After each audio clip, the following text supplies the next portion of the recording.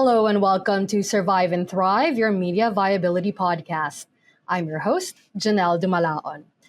Now, if this isn't the first time you listen to us, you know that what we usually do is talk to media managers and decision makers from outlets around the world and discuss the unique way they're affected by the common challenges involved in running a media operation and how they're staying viable despite those challenges or working towards some kind of viability. Today, however, we're doing something a little different. We're starting from the premise that media is not viable, that on a systemic level, something is broken. Our next guests have spent a lot of time looking at what exactly is broken and where we could begin to fix it. Clare Cook and Laura Moore are two of the authors of the Media Viability Manifesto, what they call a common framework for joint action. Welcome to the both of you. Thank you. Hi. In a moment, we'll go into what that means, but first we have a short round of introductory questions for both of you. This is usually a standard lightning round with short answers, but we've adapted them a little. We still want the short answers, though. Starting with you, Clare, the Media Viability Manifesto in a catchphrase. It's really a call to action for the media development community to tackle the economic challenges facing media organisations. Laura, the Media Viability Manifesto in a catchphrase. I would say it is the first ever joint and widely agreed on suggestion from the media development sector to solve the economic crisis facing media with very concrete steps and actions that can be taken by the different stakeholders. Having looked at the challenges to media viability from a more meta overarching perspective, would you say everything is lost? I would say no, even the contrary. I would say there's almost a window of opportunity now with all the developments around AI, with mis and disinformation everywhere. I think there's a raising awareness that we actually need a big change. And there's also first initiatives for change. I don't think the economics of media is entirely lost, but there are many aspects of it that still remain fundamentally broken, which means that for many, many media organisations around the globe, their financial status is really the biggest challenge and their most chronic difficulty. And I feel like this dives nicely into the next question. What would independent media need to thrive in the future, Clare? Really, what we need more than ever is a combining of multiple different approaches. What's often happens is there's a bit of blinkering where one particular approach becomes the favoured approach and the lens turns onto that, whether that's reader revenues or the economic returns from big tech. But what we actually need to do is find a way to keep multiple approaches in the limelight at one time and coordinate and blend them more effectively. So within both of your answers, there are a lot of themes that we're going to get into. This idea of joint coordination, this idea of fixing the economics of media, and this idea of using the moment that we have at this particular time, also in view of the challenges of the future, to do something about all of this. Now, before anything else, one of the things that the manifesto is trying to do is get everyone on the same page with regard to what, in fact, we're talking about when we say viability. So what is it that we're talking about and what are we trying to do? Well, maybe I start. What we did was really come together with a lot of people realizing we don't really have the answer to your question. What is it that we're actually talking about?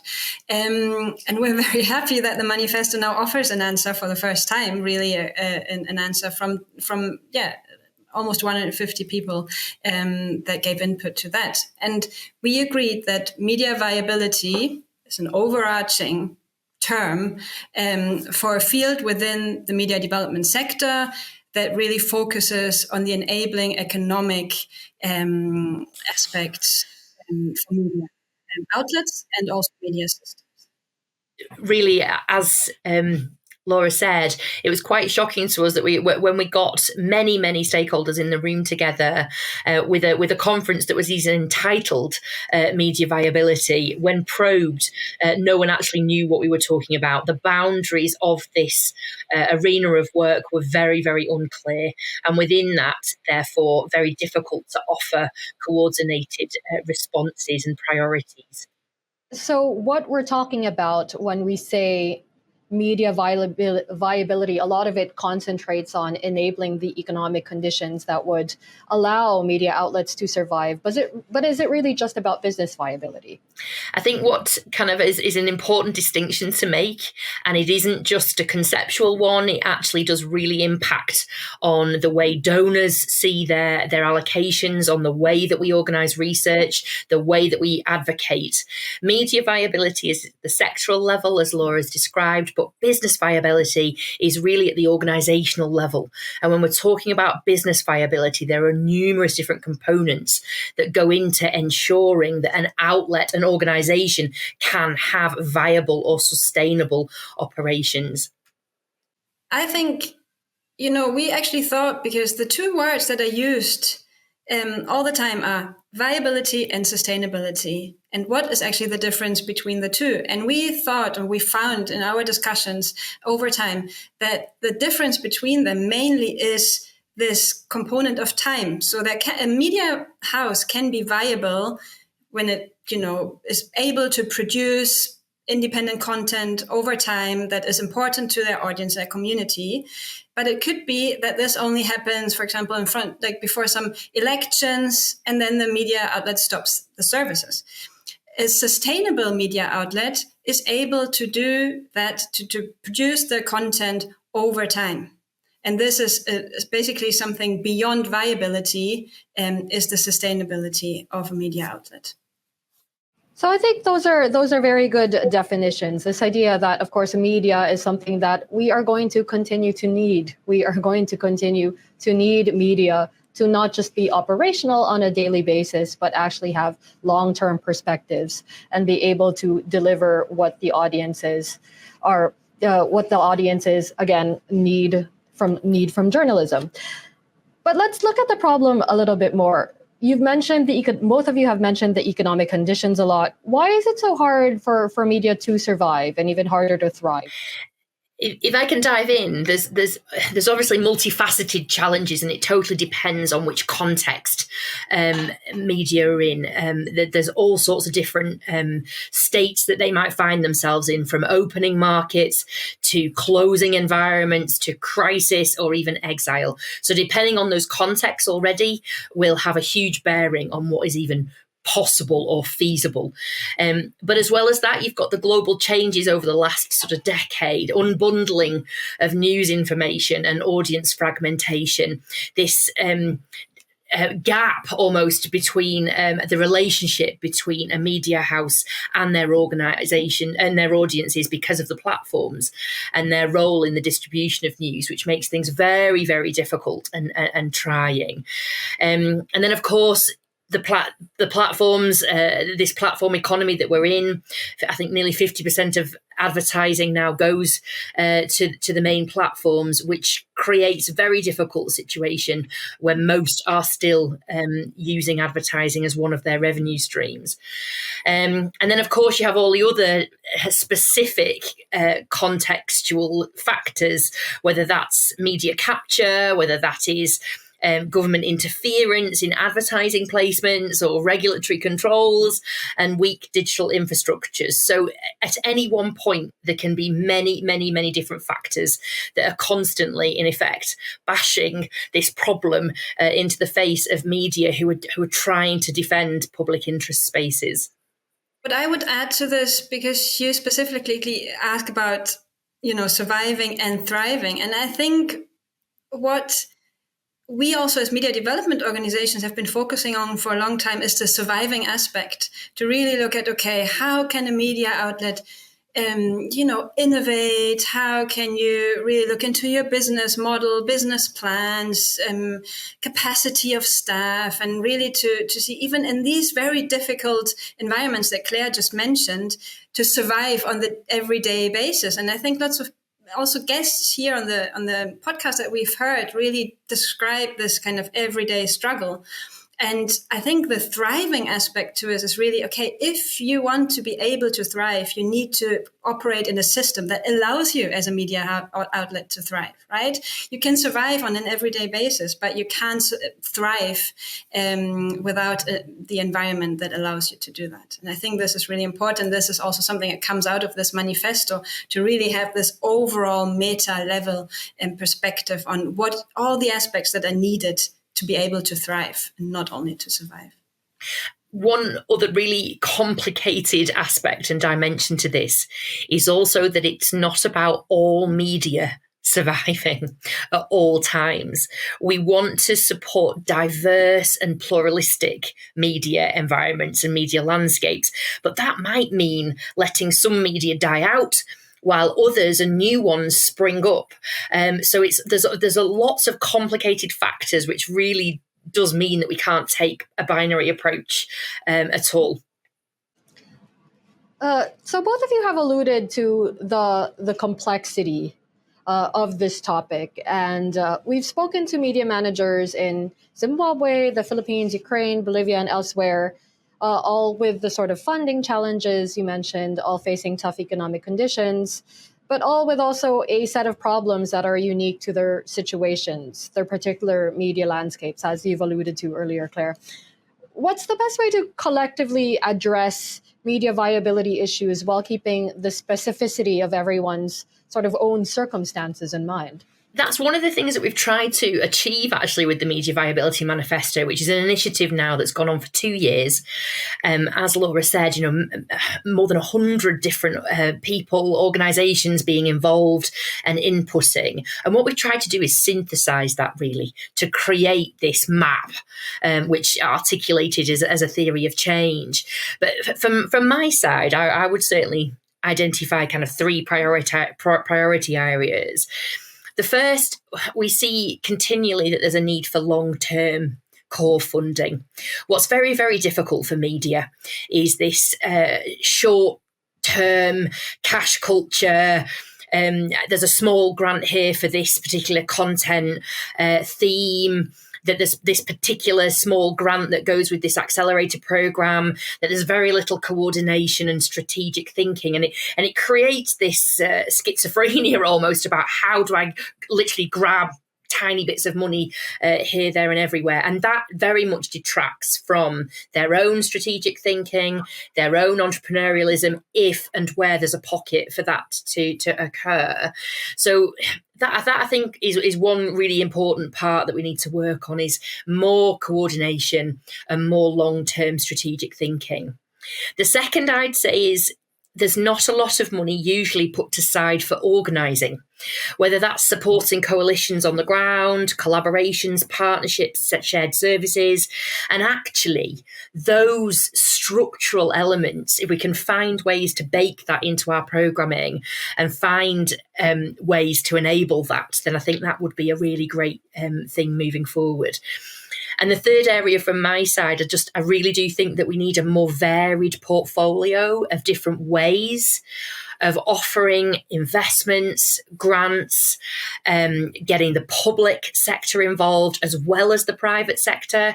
So that's really on many stakeholders that need to, in effect, upskill their own knowledge around these different varied mechanisms of getting more capital into the system, as well as distributing what exists already.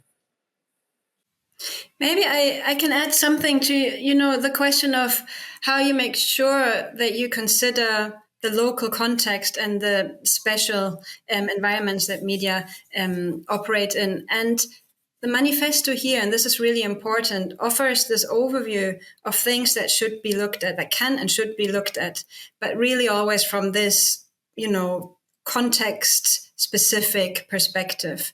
So if you're a media manager or media house dealing with problems in your media system, in your everyday life, you can really have a look at, okay, what can I do to improve? There's the level of business and technical supports. That's one area specified in the manifesto. You can also see, okay, maybe I can engage in advocacy, in coalitions, partnerships that Claire has already mentioned as well. Maybe what I need is more information and more research, more insights into, also that specific context. So all these are areas that are explained and that are kind of laid out in the manifesto, but they really, that's basically, it's to be understood as a basis for discussion, as a starting point, and then you actually have to really go deeper into it with this context specific perspective. This might be quite an abstract question, so please bear with me. You've spent a lot of time out on the field. You've spent a lot of time gathering inputs for this report. There is an ideal that you lay out in the report that would provide more standing for these media outlets in order to be able to become more viable. How far is the current reality away from the one that the manifesto would like to see come to life? That's a really good question. I think a long way. If I can just the reason I ask this is because there must be elements of this that are happening already. Like some of these things, people are already trying to enact. So I suppose maybe it's happening in a disjointed manner. It's happening to different degrees, different speeds around the world. So this is why I'm asking, how far is there to go? What we all, and this is when I say we, the different stakeholders, media managers, media development organizations, even donors, are really good at is these more individual, quite specific activities of, as I said, improving business models, really looking into strategic planning. This is something that also we as media development organizations have really been focusing on in the past, because we thought that this might be the answer. Strengthening media organizations to really be, have a good answer to this business and kind of economic problem. And there we are very far away. The reality is far away from an ideal situation that is outlined in the manifesto. Is really this broader, really kind of joint approach, synchronized approach, where we have to come together as different actors. And the point is, you asked about providing, more long-term money for media houses. This only functions if we have enough insights into where it actually makes sense to invest money, by whom, what the outcomes are, what impacts the different activities have. So we as media development organizations have to get better at coordinate, having a more joint strategy of improving the situation of media viability, but also really to share best practices and almost more importantly, I would say, failures and maybe mistakes and things that we have done that haven't really worked. Right. So we need to learn from these lessons and experiences that we've had to really come together with the different stakeholders to tackle that super complex problem. And as long as we don't do that, as long as the different stakeholders don't take their role in this puzzle, and this includes big tech, and this includes public actors, policymakers, as long as we don't kind of come together and have a joint understanding of what is needed, it will be super hard to get closer, to the answer and the solution. Yeah, as just to add to what Laura's saying, as I said, an excellent question. I think when we all did exchange on where we were strong, there was a sense that there is support out there in terms of the capacity development of different media organisations, but that doesn't mean to say that that's won by any stretch. I think most media are more aware about diversification of their revenue streams, and they're doing what they can. They're putting emphasis on strategy, they're putting emphasis on leadership, so they're trying really hard to do whatever they can to obviously fund their operations. I'd also say that there are many initiatives moving forward on media finance legislation. Even in Indonesia and Brazil, we're seeing fledgling attempts, in smaller countries and regions to try and have those dialogues with big tech platforms. So yes, attention goes there. And then also organising. There's an appetite for local funds, national funds, these things that are going on around different practitioners where there have been steps. I think, as Laura's saying, where we are far away from getting towards that goal is keeping all of those in the air at once so that we actually have this blended and coordinated approach. Is there enough of a pie, if you see what I mean? So when everybody gets together and tries to coordinate and tries to mobilize the donor community, the private and public sector, other potential sources of revenue streams. Now, media is diverse enough that there's probably a niche for absolutely everything. But how do you square the circle of coordinating while also competing for the same finances that I can imagine are limited around the world, even as new ideas are added every day? Again, an excellent question. I mean, the recent OECD funding allocations reveal that, there really is not a lot of money put to one side for media development.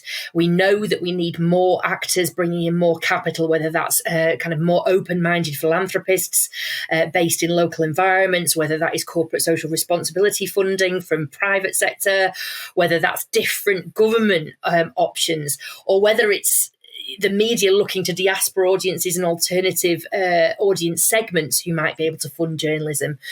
The fact is that everyone's trying their best to have as many dimensions that they can look at, as many avenues, but it does still make it very, very difficult, particularly when you have these ginormous crises, whether it's the Ukraine or the problems in MENA, that naturally draw attention and require a different prioritization. It does make it very difficult for there to be a pie that's big enough for everyone to share. But on the other hand, I would add to this that there's also a lot of context and regions, sometimes on a national level as well, where there are so many media houses just because it's become much easier to open up and become a media. And there's just not the audience for it. So that makes it more important even to really know as a media house, and we all know that, to know who the audience is, what the audience needs, and what my own niche is as a media house, right? That I actually have an added value to the public interest, and I serve, there's a community that I can serve. And this kind of hyper competition of media houses sometimes means that, as Claire has said, that not all media can survive. So it really is about making sure that there is a space in the environment for the media house and a need, basically. So say I'm a media manager, I have the Media Viability Manifesto in my hands. How best to read it and use it? So there's a lot of advice in there about coordination, about building coalitions, about organizing research. So I have it in my hands. What do I do next? I think a lot of media work in one way or the other with donors or media development organizations or other actors that they are kind of build strategies with. And I think the manifesto really is a good starting point to sit around the table, take the theory of change, as we call it. So basically, this map that shows you, if you want to get to media viability, here are the different steps and actions that the different actors have to take in order to get there, right? So it's quite concrete. If you take this map on a table and you say, maybe with one donor as a media house, I am looking at improving audience engagement. Maybe then I am now speaking to another partner and I would like to, engage in, as you say, advocacy or coalition building. You can really take this as the starting point to build a strategy that also then allows you to synchronize your different actions that you do with different partners and different people. So this is, I think, the first opportunity that the manifesto gives you if you are a media owner or a media manager. Yeah, I would also say, I think hopefully it would enable a practitioner to also pinpoint their needs. If they, particularly in the first track, which is in the capacity development at the business organizational level, if we've identified as many different practitioners with lots of experience, the different sort of steps that we think are critical factors in getting, towards the desired change we want, it might help target and a rationale for why there is a need for particular capacity development at any one of those stages, whether that is, for example, making more market research or audience data that's potentially lacking. We know there are huge black holes in the data that is available for media practitioners in order for them to build the strategies they need. So it could be around that. It could be around leadership training. It could be around impact. One of the big themes to come out from this is that, and fits with a global trend really, to better understand the value in the impact of journalism beyond measuring reach and other vanity metrics. So from a practitioner's perspective, having that 360-degree view of what types of changes they're bringing around in their local communities, what kind of impact they're having, helps us all paint this picture of what is the role of journalism, why it needs funding. So there's also really important contributions that we need that connects that local to global.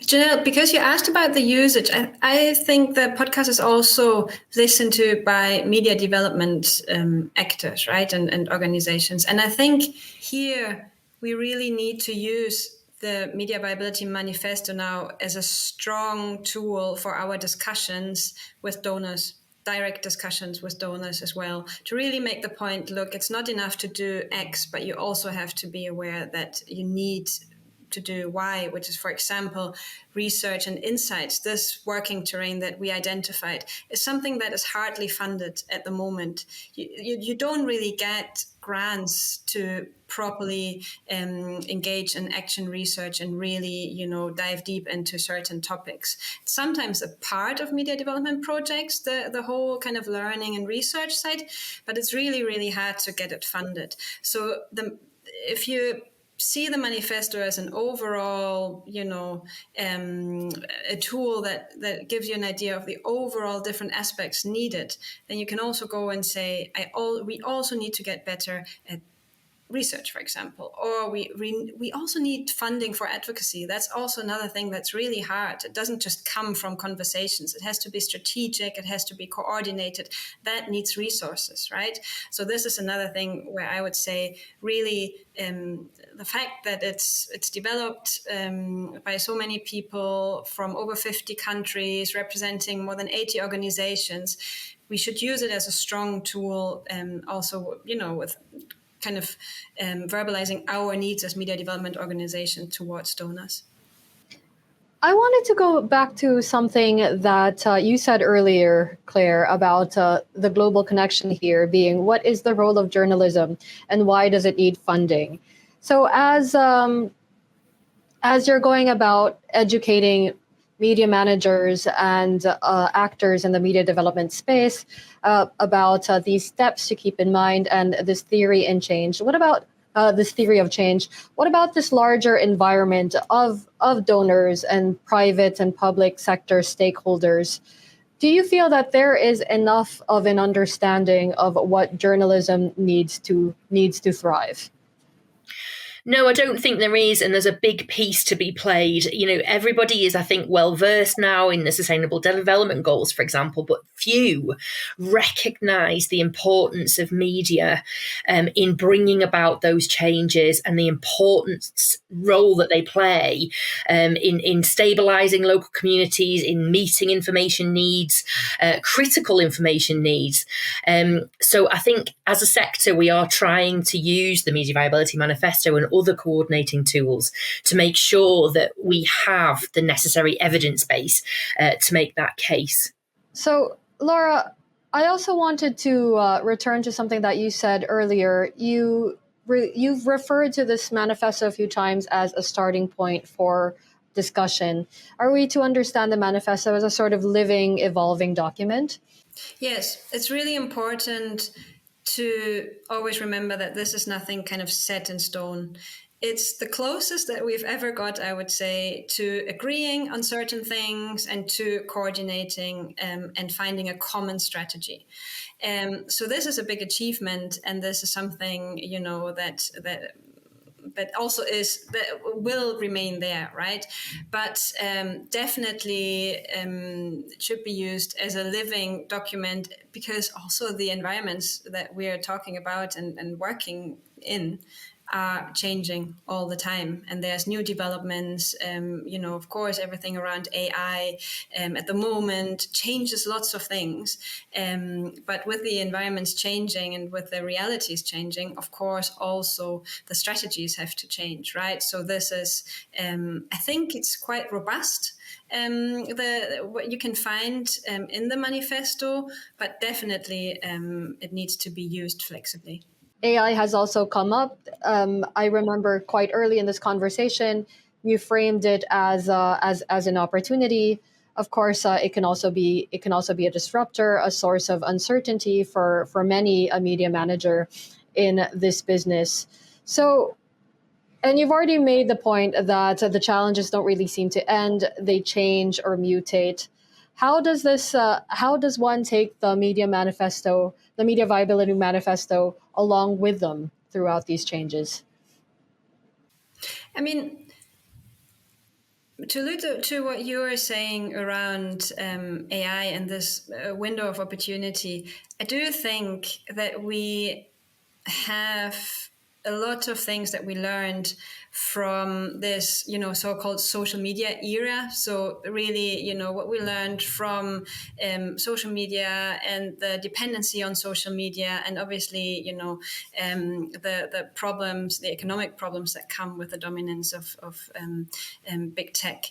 So I would say, as media development organizations, we have also, to some extent, let partners down in the way that we didn't realize quick enough, that it was a bigger problem, that it wasn't really about the individual media houses, as we said, but really the systems problem, right? And I think that with the increasing importance of AI and all the developments that we are seeing now, the opportunity is that AI companies, but with training their large language models and chatbots, whatever, they rely on up-to-date, fact-based content, which is often provided by independent media houses. So if there's, this is why I'm also saying maybe there is a window of opportunity here, because there is a dependency on news and on media content. And this potentially gives media houses a better negotiating, position with these companies. And we should use here really the lessons learned, things that we missed in the discussions and the developments with social media, and really try and do better this time. This is why I said a window of opportunity. And one really important dimension of that that's come quite a lot is when I talked about supporting diverse and pluralistic ecosystems. A lot of smaller media rarely get the necessary seat at the table for discussions, nor do they get their appropriate share, whether that is from structural changes from government ad placements or specific legislative deals around business-based negotiations with platforms. So what we're also looking at always is the health of the ecosystem and the provision of that to ensure that we really can make sure that this isn't just designed for corporate legacy or mainstream media, but that really does provide the necessary frameworks for all different types of producers.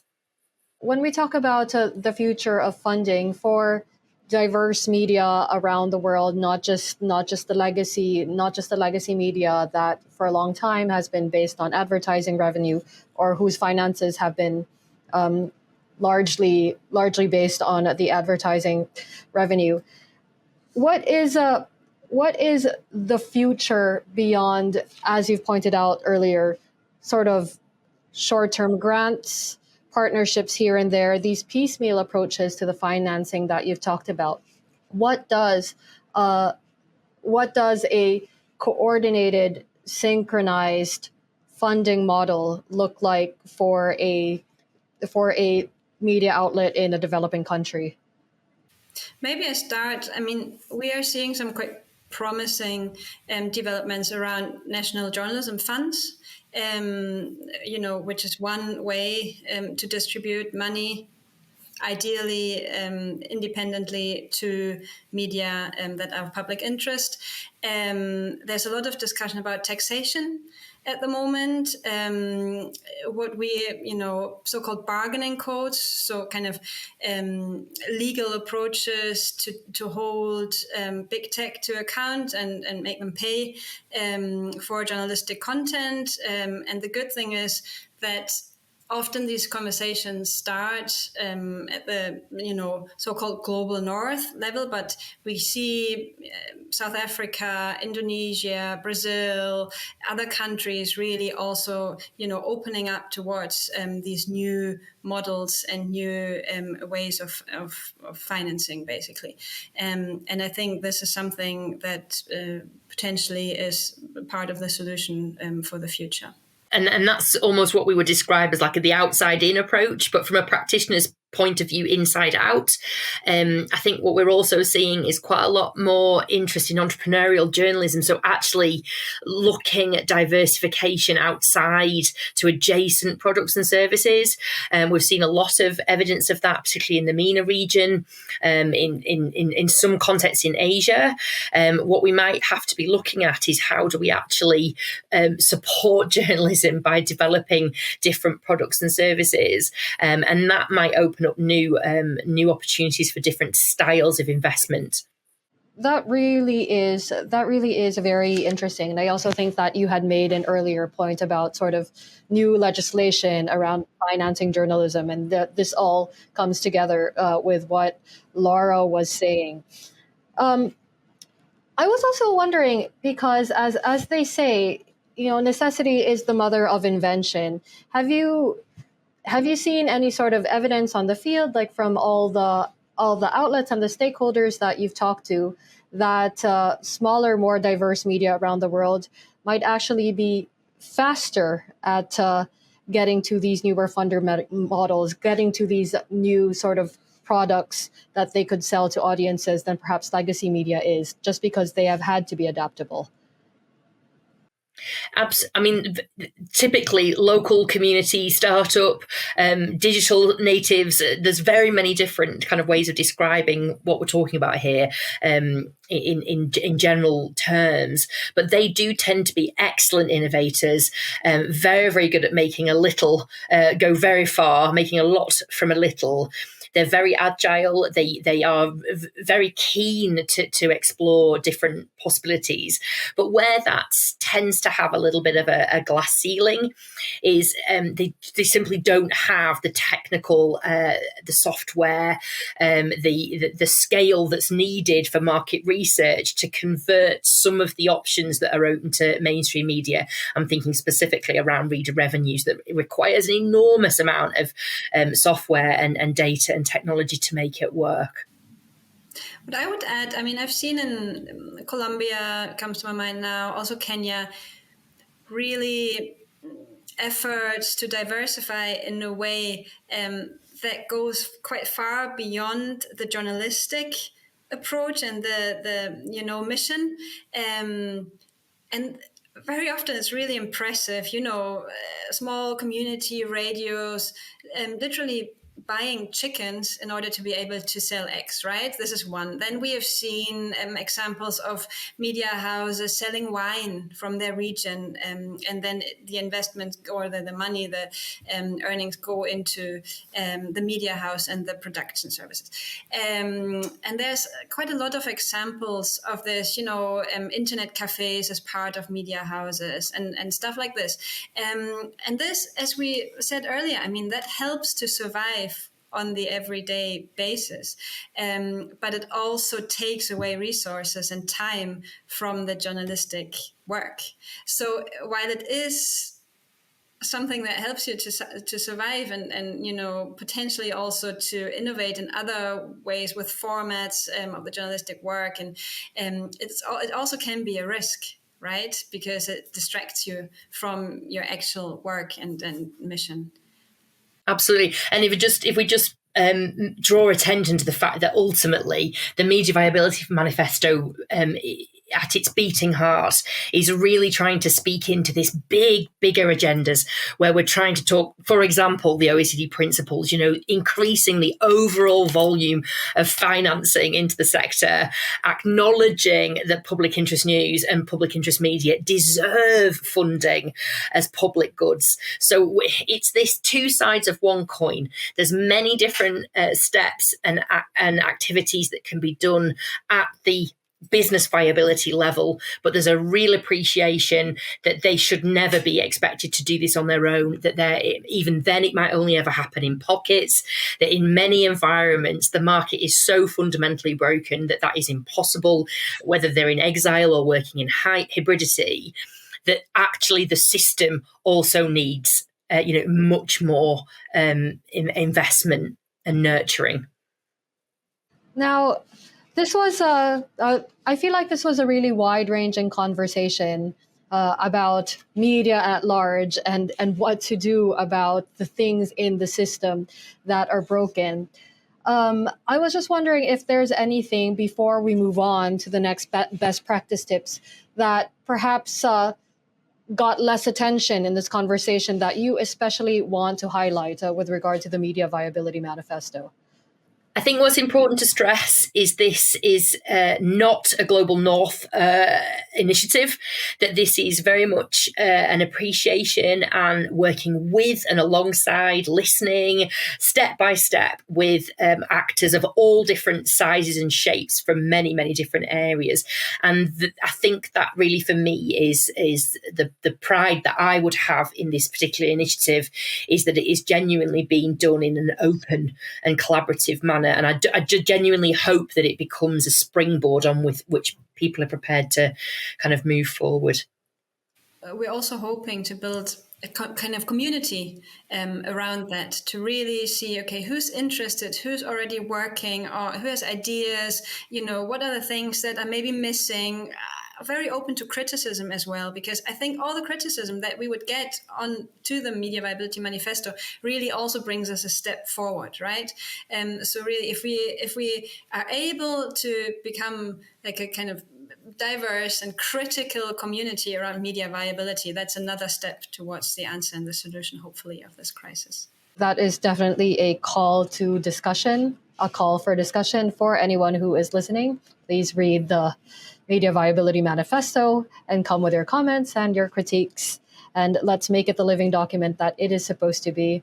It's a little strange to ask both of you what your 3 best practice tips are. This whole idea is that we're talking about a paper that you wrote that is essentially a set of recommendations. But for the sake of this format, I think we should try anyway. So if we could start with you, Claire, what are your 3 best practice tips when it comes to media viability? Is this for a practitioner, a media organisation level? Yes. So my 3 kind of recommendations, I think, for anybody working and trying to survive and thrive at the kind of business operational level. My first one would be definitely have a 360-degree view of your impact. Fundamentally, that will help with every aspect, whether that is doing pitch sessions for investors, whether that is doing grant applications, or whether that is contributing and connecting your lived experiences with what with bigger pictures in the region, national or international level. So definitely having this really nuanced understanding of your impact. The second speaks to, I think, what we very much. The rationale at the moment is to take user-centric approaches to journalism. I think that would be my second big piece of advice. There are huge black holes in the data. So the more that we can create comprehensive pictures of audience needs, of user needs, what that translates to in reality, I think there's nothing lost with that, and sharing those experiences in your local environments, I think, is really important.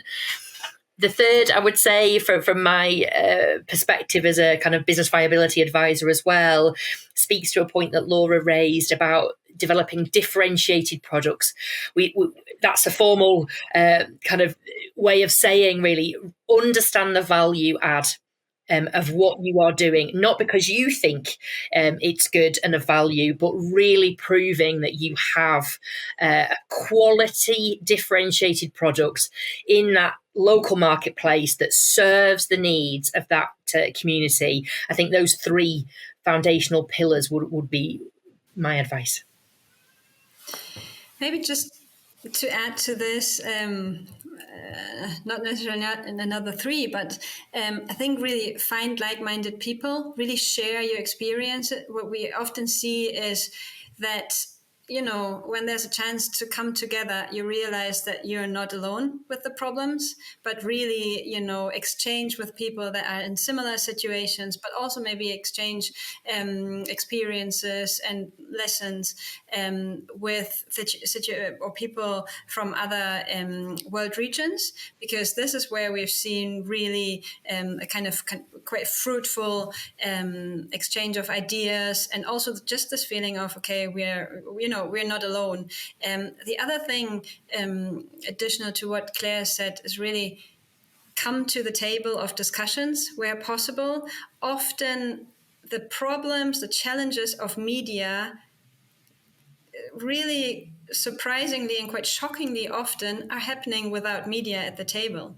So it really is, the point, come, if it is about your future, about your media system, about practices of journalism, really get to the table and become part of the discussions where possible, also on the international level. And I think apart from the points that Claire's raised, this is something that I would say as a best practice that often isn't really done enough. All right. So by my count, we have 5 best practice tips. And if I can just summarize them, it's from Claire, you started by saying that you should have a 360-degree view of your impact. The second one is to make sure that your approach is user-centric. And you were making the point that there is a lot of black holes when it comes to the data. And the more complete idea, the more complete your idea is of your audience needs, the better it will be. Have differentiated products of quality. And from Laura, we have find like-minded people. Exchanges are very important. Realizing you're not alone is very important. and be represented at the table at an international level. If possible, be present at the discussions about the future of media. Do not let them talk about media without the media being present. So I think that is a good place to leave it there. Thank you so much to our guests today, Clare Cook and Laura Moore. Thank you, dear listeners. Appreciate you joining us today. Do check out the show notes for more. The Media Viability Manifesto will be there as well, and we are looking forward to your feedback. Till next time on Survive and Thrive. Thanks for listening to Survive and Thrive, the Media Viability Podcast. If you liked what you heard, please subscribe and make sure to hit like so that other listeners can find us as well. For feedback, send an email to dw-academy.surviveandthrive@dw.com. You can find all the information in the show notes.